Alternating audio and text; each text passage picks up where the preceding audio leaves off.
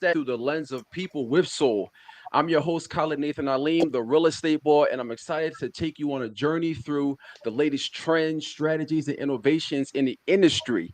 Now, each episode will be joined by movers and shakers in the real estate world who are making waves and pushing boundaries. We dive into their personal stories, insights, and experiences to uncover what it really takes to be successful in this dynamic world that we kind of live in. All right. So whether you're a seasoned real estate pro, you're a newbie looking to get started, or simply somebody that's interested in the industry, Real Estate with Soul has something for everybody. So just sit back and relax and join us as we explore this fascinating world of real estate. So today I have my special guest, Steve Estates. Man, welcome to the podcast, Steve. Hey man, thanks for having me. For sure, I'm glad to be here. Great, man. I actually invited Steve because usually I'll invite vendors, meaning vendors who kind of support real estate agents. I'm a licensed real estate agent. Steve's a licensed real estate agent also. But I actually seen him on one of his lives and he was talking about realtors and he was talking about how a lot of people, oh, not a lot of people, a little bit of people might have some disdain for realtors. And I kind of feel the same way about wholesalers. Um, I've done wholesale deals in the past, and Steve is actively a very good wholesale dealer. So if you do want off-market deals, you make sure you connect with Steve, man. But before we jump into that, man, Steve, how did you get involved in real estate, man? You can take us through your background story. Yeah, man. I got into real estate from this was so all right. I was a union carpenter first in New York City, and then I ended up moving out to PA, and then I ended up becoming a carpenter in Philadelphia, and I ended up getting hurt. So even before that, I had my own little construction business. I was working for an investor, and he had a wholesaler that he would get deals from. So I would always see him come by the houses that I was working on, and he was a cool dude. His dude's name was Ashton, and he actually passed away. He OD'd. Amazing dude though, man. He was he was on the journey of trying to get better or whatever. But anyway, he was the wholesaler for them, and I just always see him by, and I end up asking him a question. I'm like, "Yo, what do you do?" And he ended up telling me, he was like, "Yo, I wholesale." I'm like, "What the hell is that?" And meanwhile I'm covered with dust. While I'm working and framing out, doing sheetrocking and all that stuff inside of the houses. And I'm like, "Yo, this dude is nice and clean." I'm like, "Damn, I want to be like him, right?" So and it's funny because I actually ended up giving up my 6-figure a year job to start my own business, and I made less starting my own business, but I was willing to sacrifice that to get my freedom back. But anyway, I ended up asking him, and he ended up telling me about it. So I ended up going on YouTube and researching it, and I ended up finding out how to wholesale basically through YouTube. And after that, I ended up paying coaches and finding a couple of other mentors online and stuff, and that was it basically. So um yeah, so I was wholesaling in first. I started wholesaling in I was wholesaling in Bucks County, and then I started to realize a lot of the people that were in the county, I was, they wanted retail. So I was like, all right, well, damn, I don't have my license. Let me refer it out to a person that has a license. And I said, you know what? I might as well get my license. I'm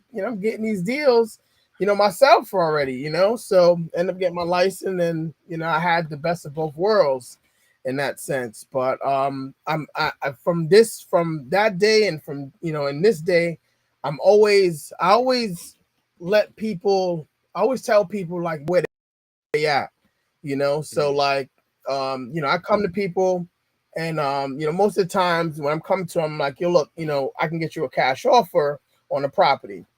And sometimes the cash offer don't work, and I'm like, hey, well, look, the property is worth this, on the market, and it's worth this cash. You know, we can, and I buy myself as well. So like Mhm. if I put the property on the contract, I'll have a deposit down within 24 hours. So that's what I have on my contract. So that's usually how can I say it? That's how I get my contract signed. Like, I have a deposit down in 24 hours, and if you don't get the deposit within 24 hours, then the deal is voided, it's null and voided, and it says that on the contract. So usually I don't put nothing in the contract unless if it's not a deal. So if it's something that I won't buy myself personally, or if I'll put my Mhm. own personal cash down, or if I don't feel confident put my own cash down on it, then it ain't a deal, and I won't even put it in the contract. But usually I'm giving these sellers the two options. I'm like, look, here's what I can get you, in the market. Here's what I can get you cash right now. You know, Right. um, and I let them choose. And that's why I always say I like meet people where they at. And not every like I said, everybody don't take one side or the other. Like, some people will take another side, some people will take another side. And it all depends on the person. Like, I had people, and that's what I was saying on my video. I had people adamantly not want to talk to me just because I told them I'm a real estate agent. I'm like, well, I'm a real estate agent, but I buy as well. Like, but I have to let you know, I have to disclose to you that I'm a real Right. estate agent. Like, I'm a real estate agent. Right. This is what I can do for you, but I buy. No, well, I had this Chinese dude. He was so upset. Like, oh, well, I don't want no realtors calling me. I really don't want to do no real estate agent. I'm like, but the price that he had it on Zillow for sale by owner was less than what I knew I could sell it for. And I was Mm. like, yeah, on the market, I mean. I'm talking to him and he just was not hearing it. And that's it's a small percentage of people like that. Like, and that's what I was trying to make people know. Like, there's a small percentage of people that don't want to deal with agents. And I'm sure you came across it, Khalid. Like, and I don't know, for some reason, whatever the reason is, but it is. Right. So that's why I said, and I'm probably even going on a tangent, but that's why, Zillow offers, came out. That's why iBuyers came out. That's why, all these other companies, fast cash companies, came out, because there was a small market for this kind of people. And that's why wholesalers, came about too, because there's a small amount of people that think it's easier for them to deal with oh, well, just cash now, or and just be done with it or whatever. Like, some people will give up the equity for the convenience. Right. Well, first So I think I let's kind step of went. back.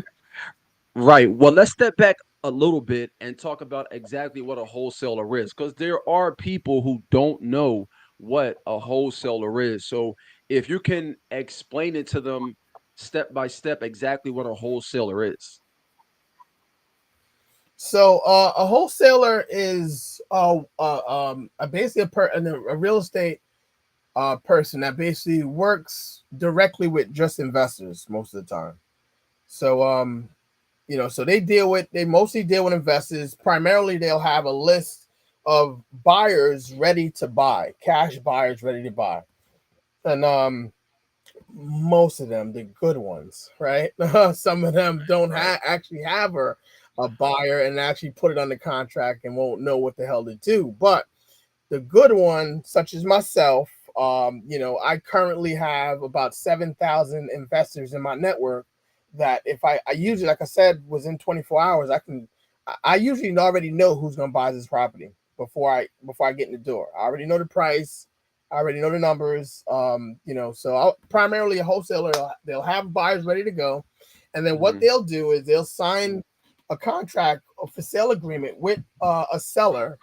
A seller agrees to selling their property for a certain price, and then what now that wholesaler would do is assign his rights to that contract to buy it for that certain number, assign his rights to the end buyer via another contract, which is called an assignment contract.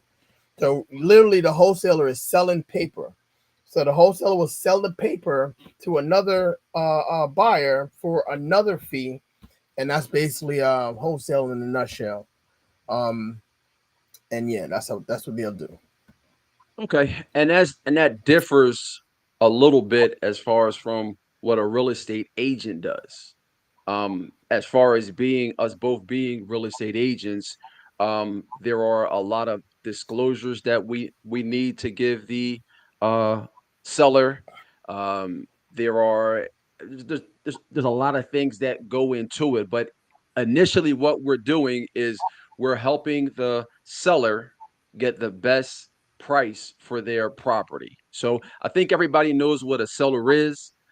or excuse me, everybody knows what a realtor is, a person who helps people buy and sell homes versus a wholesaler. Wholesaler, if I was to phrase it, is kind of like the middleman, and he gets a property under contract, and then now he's going to market, basically a marketer, and those people that he's targeting is a a small piece of the market, maybe like under 1%, people who are in distress, people who need to sell fast. Because when I'm meeting with people, I always tell them, hey, there's two ways that you can sell your property.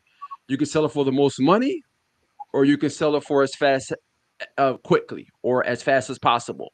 A lot of times those two don't line up. Okay. So when I'm talking with people, this is how I kind of explain it to them. Um, Now, I had a conversation with a guy. We were at a networker, maybe like, man, it's probably like 6 months ago. And he had brought up wholesaling. And I said, and he was in agreement with me. I said, I think this is really detrimental, um, to the community. And I told him the reason I feel that is because, number one, I feel that the reason why we have wholesalers, is because realtors, number one, aren't doing the best job as far as servicing a certain demographic of the housing population. So because realtors usually get, let's just say, on average, 3% of the commission. Okay, if they go into a house that's only $50,000, now you're only talking about what, $1,500, if my math is correct. And if I'm talking about $1,500, and your brokerage is going to take some of that, you got different fees, so now you're probably like at $1,000. So for you to do, now you got to market this property. And so at the end of the day, after you take out taxes, now you might be looking at a couple $100 for something for sure. that, if you took that same energy, it takes the same amount of energy to sell a $50,000 property as it does $1 million property. So Mhm. because real estate agents, for lack of a better word or lack of a better term, aren't really interested because it's a lot of effort with a low payout. Now they've kind of left this market abandoned, and then that's where wholesalers come in. Man, what would you think about that? Yeah, it's funny, you hit exactly what I was thinking about. So, and I remember because at one point I remember, and I talked to a few agents, man, like when I first started off in Philadelphia, right? And I remember talking to agents, and they were like, they don't even, a lot of them don't want to work the deals that are under 80,000, $100,000 because it just wasn't worth the time, and after your broker split, the seller beating you up on your commission, if anything, it just wasn't worth it, like, and then, so and that we left that little hole open for the wholesales, and that was the only way a real estate professional could actually make some money is wholesaling in those, because I remember at one point, you know, I had bought sold properties at 15,000, 20,000. Mm, Like what is an agent gonna make on a $20,000 house? Unless no. you do like some flat fee, and then now you're really taking all the sellers' equity or whatever, And at that point, because I can remember, like it was like West Philly, like I had properties in West Philly that I couldn't sell for more than 20,000. Struggle Mm, 20,000. And mm, if wholesalers wasn't in those realms, like Philly wouldn't be the way it is right now because nobody was mm, servicing those people. So and investors, your real good investors didn't know how to market. That's why wholesales are around in real estate professionals, because they don't know how to market for those people. you know so wholesales were good marketers. They know how to find those people, and they were able to make a money that would actually make some kind of sense. And another thing that a lot of people don't talk about is that I know wholesalers personally, even myself. Like I just spent like $1,500. I made zero money off it just now. Like nobody talks about this thing. Like, and then next thing, I make zero money off of that, but then I make 10,000, somewhere else after like losing so much other money. You know what I'm saying? Like, so now I look like the bad guy. I just made 10,000, but not knowing I just spent 5,000 and I didn't make shit, you know? So like, but yeah, like I said, is this hole in this market, at those price ranges where agents were like, at the point they were like, I'm not doing that. Like, I don't even work on those deals. It doesn't make any sense, you know? Right. Well, here's the moral dilemma. Okay. And this is the second part of my conversation with this colleague is that the moral dilemma in this is that okay, I get a lot of times it's not held to just a property that's 20,000 or 30,000. Sometimes it's a property that's 100,000. Sometimes it's a property that's 200,000 or 300,000. So then what happens is that okay, you tell this other person that who's the seller, hey, I'm going to get you $100,000 for your property, okay, and they agree on it. So this part I understand them as a willing and able-bodied person, they've agreed that I want to. I'll accept $100,000 for this property. You go and you get somebody, an investor, to pay $180,000 for it. So now the wholesaler is pocketing that $80,000, which is a straight come up. So it kind of it's as if there's a conflict of interest because shouldn't the a buyer really should be looking to sell his property for the most money possible. And then whoever is helping him do that gets a fee versus okay, uh I'll take this for my property, but then anything on top of that, I think that's where the rubber kind of meets the road because some of that $80,000 kind of should be shared with the seller, but in the wholesaling field, it's not. So that's where I felt like the conflict of interest came in. Go ahead. So here's the thing, like I always say, like at the end of the day, people are adults, bro. Like, and people are thinking that those people that try to sell their property for 100, I'm sure that in their mind they were thinking some of them thinking that they were getting over, like, oh, I'm not gonna sell, I'm not gonna sell with an agent, I'm saving myself 6%, like, and I had tons of people like that. Um, and so like, and the percentage of people actually making the 80,000, that shit is not all like I do a lot of wholesale deals, and I tell you, most of the time I'm making like 6%, 5% if you look at it, like, and the next thing I always wonder too, right? Like, so now, what's the difference though, right? In a wholesaler making that than an investor making actually $100,000. He just bought the property for 100, and then he sold it for 100 and $180,000. Why aren't people talking about the investor? Oh well, he nobody talks about the investor. They only talks about the wholesaler and the realtors making the money. Not knowing that, or like I said about the time of spending the money on marketing and not making anything, and then you finally make a come up of 80,000.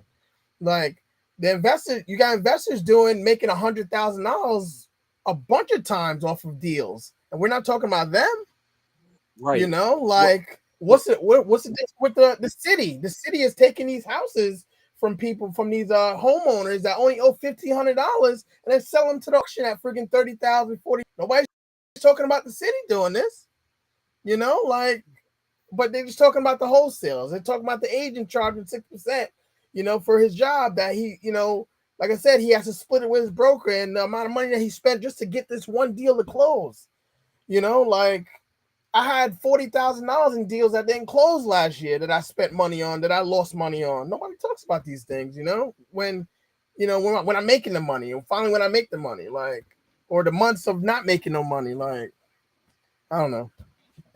What do you right. think, Well, man? with the investor, I don't think people really because I don't think people hone in on them because they own the property and they take the risk as far as when they have the property. Now they own the property, so they can kind of do what they want with the property. With wholesalers, a lot of times, and the city has kind of brought this to play. But a lot of time, and I think that's the reason why now wholesalers in Philadelphia have to be licensed or get the certificate or get licensed, not a real estate license, but a wholesale license, um, is because Mhm. people were so wholesalers, not all of them, but they were making it look like to the client that they were buying the property, and they would make it look like they're buying the property. And if they found a buyer in 30 days, then it was all good. But if they didn't find a buyer, now that contract is up in 30 days. Now you got to come back to that person and be like, I didn't find a buyer, so our contract is up. We're kind of done here, or try to lower the price. And if they didn't want to lower the price, then the contract is just up.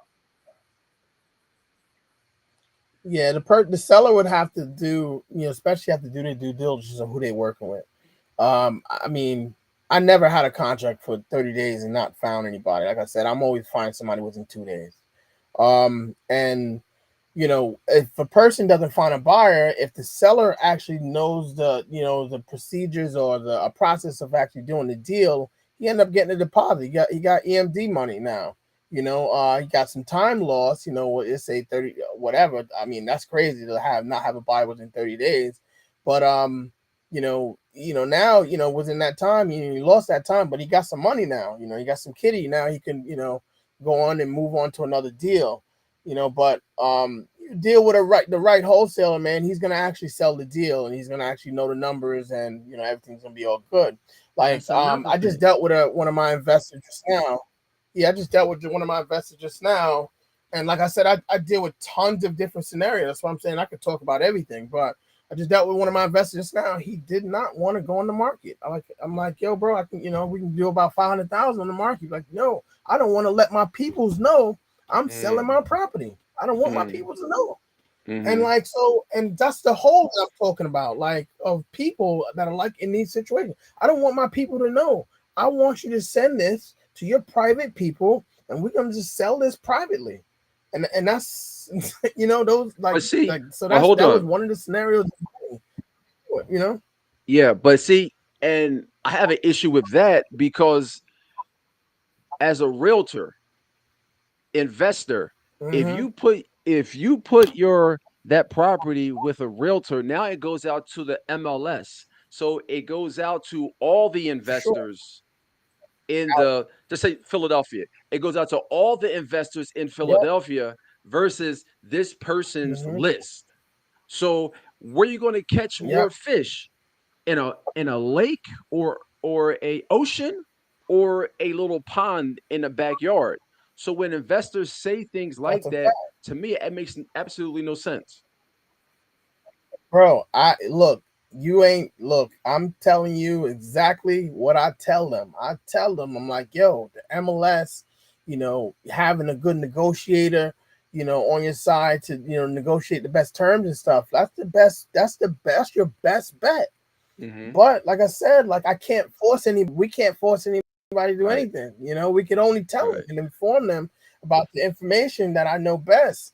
And like I said, I come across it too many times, and then sometimes I get people that'll will go online, but in some cases I get people that I just no, I don't like. I don't want to go online, and then the next thing too, like it's funny too how this thing works because I had deals that I ended up like buying myself. I ended up buying them myself and ended up putting them like they were expired on the market for this one deal in particular, expired on the market for 35,000. I ended up getting it myself for 30, so assigned it for 35,000, and it expired on the market for 35,000. And Mm. my list bought it within a day.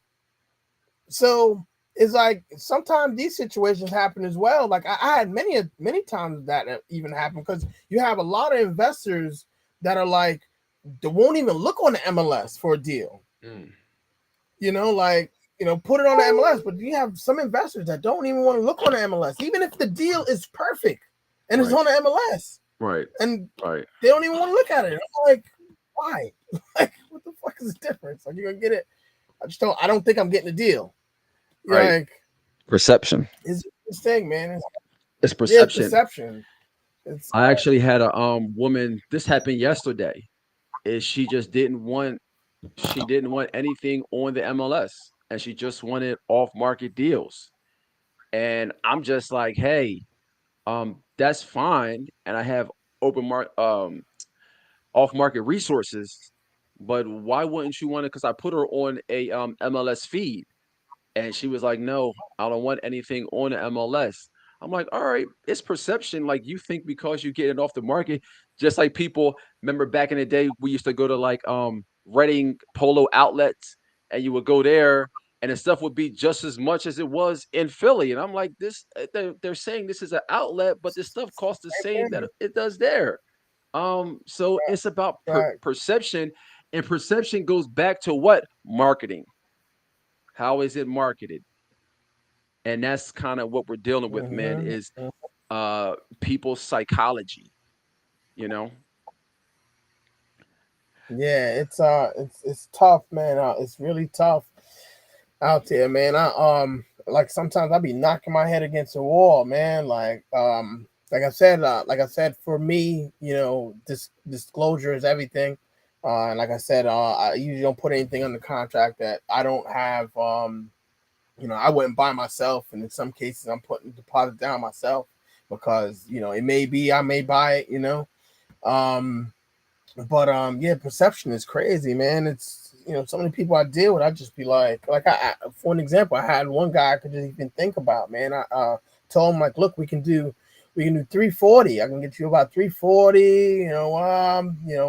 Probably about 335, somewhere around there. And he was like, I don't want to go to market. I don't want the tenants to know, it's on the market. Like, I don't want no sign. I don't want to do that. Like, I'm like, well, I can get you. That's around what I can get you. Like, and we can even probably, do something like where's sight unseen, like put that inside of the description or whatever. And he's like, nah, I don't want to do that. I don't want to go online. Like, I'm like, all right, cool. So now in that case, what do you do with this lead now? You just spent whatever. You spent $1,000 to finally get one person that's interested in selling. What do you do with that person? So then now I spoke to him, and I'm like, all right, well, look, well, we can probably do about. He said, how much can you do? Because that was what the marketing came out. Do you want a cash offer, right? And then I'm like, all right, well, look, probably can do about 280 for it. He's like, when can you close? I'm like, look at this shit, man. Like, you're willing to take a $60,000 hit, like. Just for the And headache. when we end up doing it, Right. but it was just that he had a disgruntled tenant. He had L&I violations on the property. It was in South Philly. It was a duplex, triplex actually. Sorry, he had L&I violations on it. The tenant was threatening him with the L&I violation, not to pay him and all that. Oh, Like, wow. so he was in a pickle. He was out of state, and he didn't want to go online, like I said. And he knew that person was going to. So we ended up having to go in as like contractors, Hmm. to view the properties, right? Like inspectors. And then we were able to get it through. But you have people in those situations. It's all kinds of. But I'm like I said, I always offer them, and I always disclose that I'm an agent or whatever. But they do what they want. I can't force anybody to do anything. Right. You No, know. that's facts. Um, That's definitely facts. I I I had a even think. girl. Yeah. Oh, sorry about that. I had a girl who she was looking to join my team, and but she wanted to do wholesaling, and I told her that you really as an agent it's tough to do both because these are two different types of people. So you got to target one Yes. person. So are you targeting people who want to sell their home for the most money possible, which is most people? Or are you targeting people Yes. who are in distressed situations? Because these are two different marketing campaigns. And it's tough For to sure. do both because if your attention is on the east, then you're missing the west. If your attention is on the west, then you're missing the east. And she kind of struggled because she wanted to do both of them. But I'm just like, hey, you could try to do both, but you're really going to struggle because your attention needs to be fully in one direction. What you think about that? It's true. Yeah, you need to focus, man. Having a niche, they already, you know, the saying is the niches. I mean, the riches are in the niches. So Right. you gotta have, that focus, and you need to focus on one thing, because I actually struggled with that for a while. Um, but I always like to tell you the truth. Like, I mean, I love wholesale, and wholesale is what got me to where I am right now. Like I said, but the only thing is that I like being an agent because now, especially now, because I have a team now.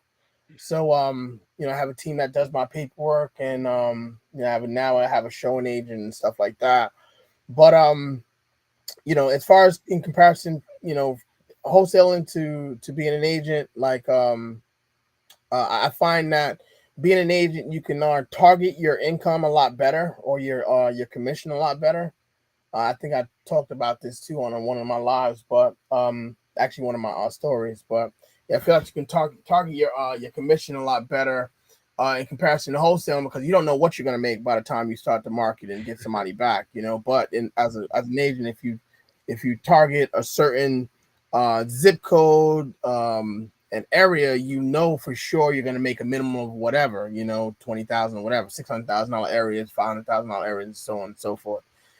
But yeah, as far as for her, she needs to focus on one thing, because you can't do both. I mean, you can have you know you can have, like, wholesale is like another tool in the toolbox, because even though I came across houses that were nice, and people were in situations where they just want to off, and do it backdoor way situation, whatever, right? Kind of like when back in the days when people were buying these properties with no title insurance, and it's crazy, right? Back in the day, they just buying it with no title insurance, handshakes or whatever. Hold And up. when they thought that they were getting over, oh, I did this, I sold this property on my own, and, I sold it without an agent or whatever, not knowing, was it like 90% of the market that sells their property on their own sells their property for 30% less than what it's actually worth. Right. Crazy. And that shit is that shit is just truth. And people are so, it's crazy when people are talking about, like, and I'm kind of off topic a little, but when people are talking about, they complain about the commissions of an agent, even if an agent charges you 7%, is more than what you can get on your own. More Right. 99% of the time.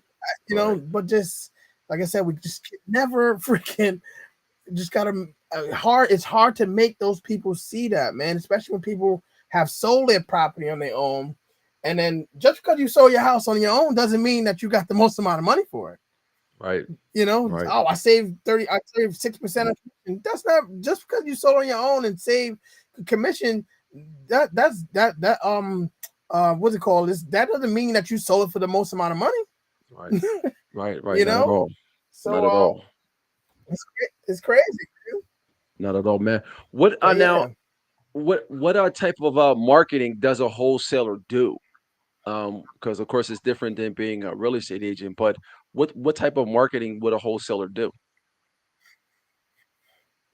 So one of my marketing, I do, I can do, well, so now it's kind of funny because, like I said, I'm drifting more into, doing, agent stuff now rather than wholesale. I'm gonna actually just keeping that in like the back, because I found that I can target my income a lot better. And some people may have, something else, about this, but this is just my opinion. I found that I was able to target my income a lot better. But anyway, as far as marketing goes, where I'm cold calling. Um, Cold calling, you have SMS. You can do direct mail. Direct mail is very expensive, but it works. You can do Facebook ads. Facebook ads work. I do a lot of JV deals, so a lot of wholesalers that know that I have the buyers will hit me up every day. So I always get an off market deal every day of the week. Another thing is, um, this is something that a lot of, and this is probably gonna help a lot of your followers if you got a lot of followers that are real estate agents on here. But one of my marketing channels is calling up expireds, but not calling the seller directly, calling the old agent. That's actually a Mm, really, really good tactic. It's really fast. A lot of people don't know about this. Or most people, if they do know about it, they won't talk about it. But calling up the old agent rather than trying to skip trace the owner and go around the agent, or whatever, you can just call up the old agent. Hey, look, would the seller still sell that property? mm, And so that's one of the ways that you can, as a buyer agent, show your buyers off market deals. So there's tons of off market deals for your buyers that can't find a property right now in the market. Go on expired, cancel, get a list from your realtor, expired, cancel, or withdrawals, and you can that agent can call up the old agent and basically, hey, look, I got a client that's interested in exactly what you want. I mean, exactly what you have that you had that didn't sell. Would that seller still sell? And so that's one of my well, that's one of the many ways of me getting deals. now, would you be calling them? I want to talk about that a little bit more. Would you be calling them as a wholesaler, or you be calling them as an agent, another agent? Call them as an agent. I call them as an agent.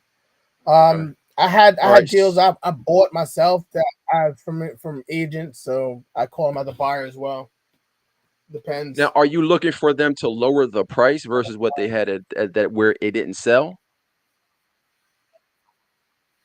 Yeah, well, no, it depends on, like I said, we got to meet people where they at. So if the Mm, seller isn't willing to go down, then it is what it is. But I just want to know what they would sell for now, and I would just ask mm, the agent, hey, look, well, I'm sure you talked to the seller.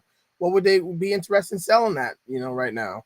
And they would let me know, like, hey, look, I just talked to my seller. My seller just, because I obviously he had it on the market for X amount, it didn't right, sell. right. So obviously we know that price didn't work or whatever. But in some cases, I'll even we can even contract it and sell it for the same amount of money that it was on the market for before.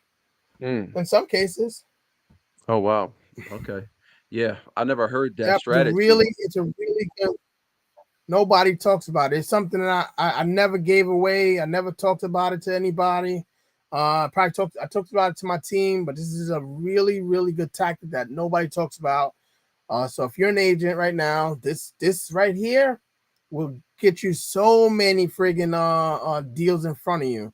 If you want to, grab off market deals for your buyer clients that are having trouble finding things on the market, and then as long Right. as you have a good agent that could, negotiate and talk, boom, you got. And one of the things too, like, because there's so many things out there that are just trying to get rid of the agent, right? Like, per se. Mm. But I'm telling you, if we get rid of the agent, man, like, we're gonna be in trouble. Because there's a It's lot of things that I just even see on my own. I'm like, bro, y'all keep trying to get rid of the agent, man. We're gonna be in trouble. It's gonna be a lot. I mean, we got to get rid of the bad agents, of course, right? Or train them right, or something. But if we right. get rid of agents in general, man, I'm telling you, it's gonna be. So No. let's try to work together with everybody, and just try to figure out, everybody's angle, and and yeah, man, and just try to do the right thing, And I hope wholesalers out there would actually do the talk about, actually have a buyer's list, and actually contract these property and put a deposit down within 24 hours so that you don't waste the seller's time. You know, at least now you have the skin in the game and you won't be screwing nobody over. In that aspect. Especially I hate when people put contract something and don't have a buyer and then end up holding the seller off for 30 days or whatever. Like, that's crazy. In my Right, opinion. right, right. But So most, I mean, some wholesalers and people are teaching this to put down the deposit to be like $10 or $100 or something like that. That's one of the problems that I had also. But as you know, this usually a lot of times they're targeting people who are not financially literate.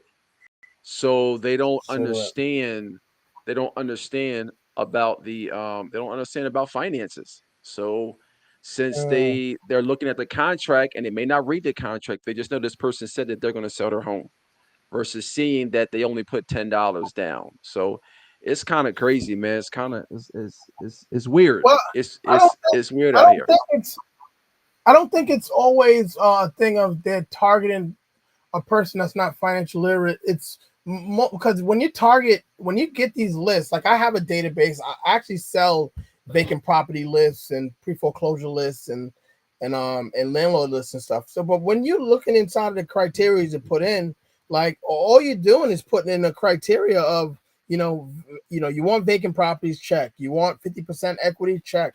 You know, Right. there's no education button inside of there, so we're just targeting the Oh equity snap! position, and the equity position and the type of the distress of the property, per se, not financial. But you can elaborate on it though, Colin.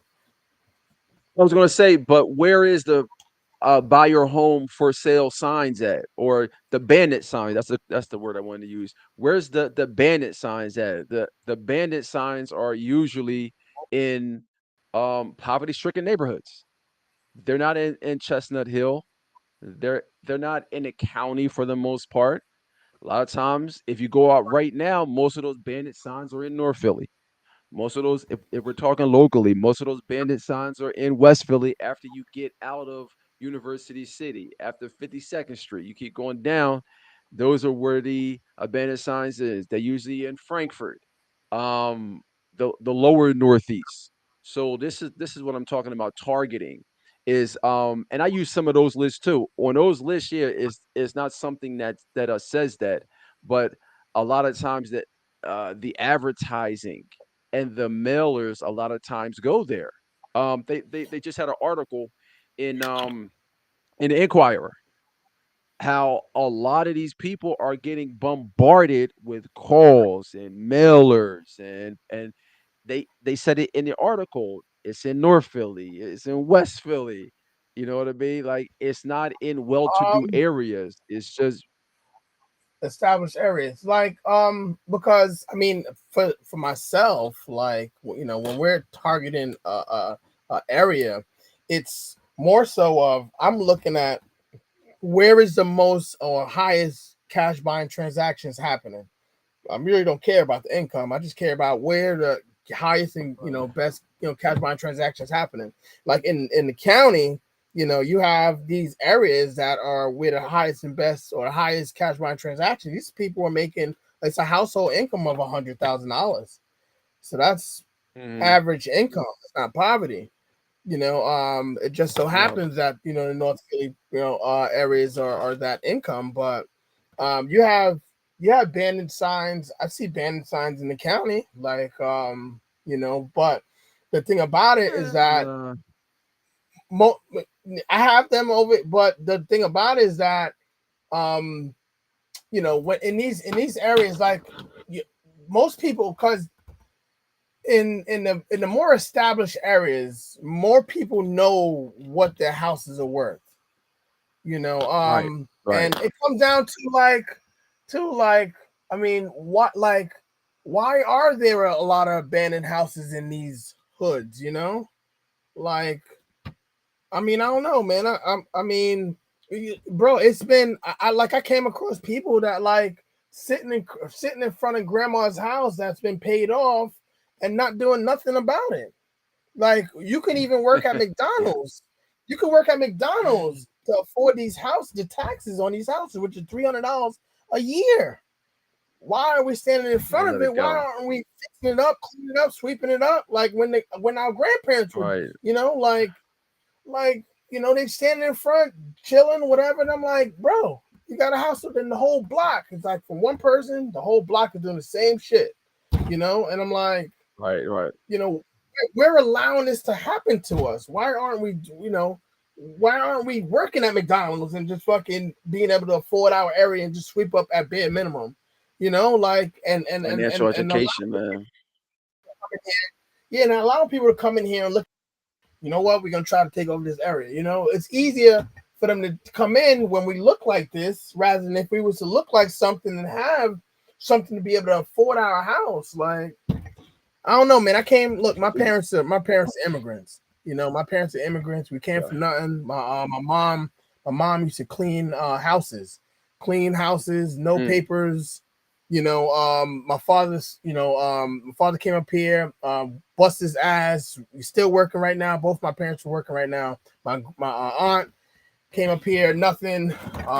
Became a multimillionaire, and all for nothing. Came up here on a boat. nice. So you know, like I can't relate with people that have this victim mentality of like not saying that I can't do it. Like I said, we came here with nothing. I haven't gotten anything to getting to the point where I'm at.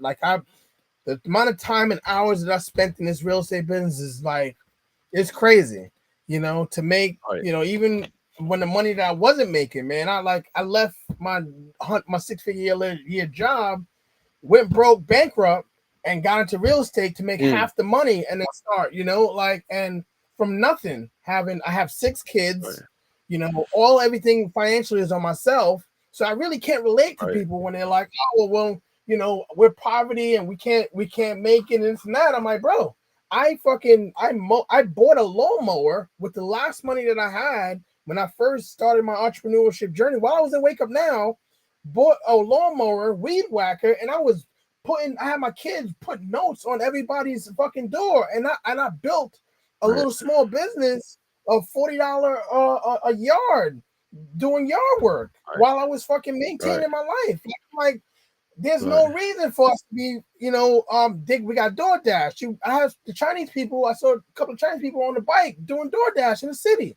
Like, bro, there's no reason Right. for us to be like talking about like, victim and we It's can't do mindset. it. And like, Right. Right. it's like, why are we allowing these things to happen to us in these areas? Like, and then we're just sitting down and relaxing. Like I said, man, like I It's said, my mindset, parents are man. from, It's and yeah, we bust our ass, man. Like, so I really can't relate to like, right. Right.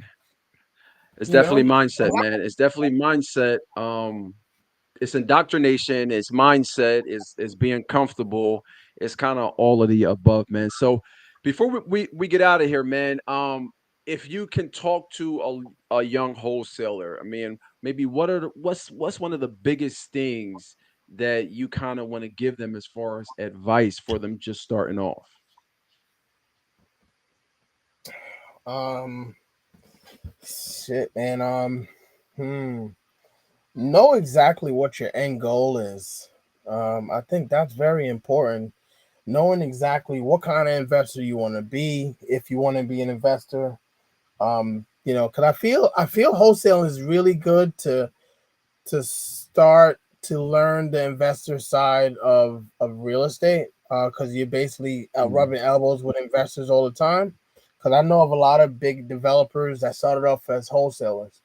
But I think knowing your exact target market, what area you're going to go into, what type of investor you want to be. If you either want to be a land investor, you want to be a, new construction developer for the end, and then you'll be targeting those type of properties, to go after. And then now you actually get to talk to an investor that you want to be all the time. You target to those investors that you want to be, and at least now you can get free education from these investors mm, that you want to be, and target those type of properties that they want that eventually you want to be. And then I think doing that would be really really good. Now, um and I have a thing too. I always tell too. I said, look, I don't think it's a bad thing for you to have your license. I think it's a really, really good thing to have your license.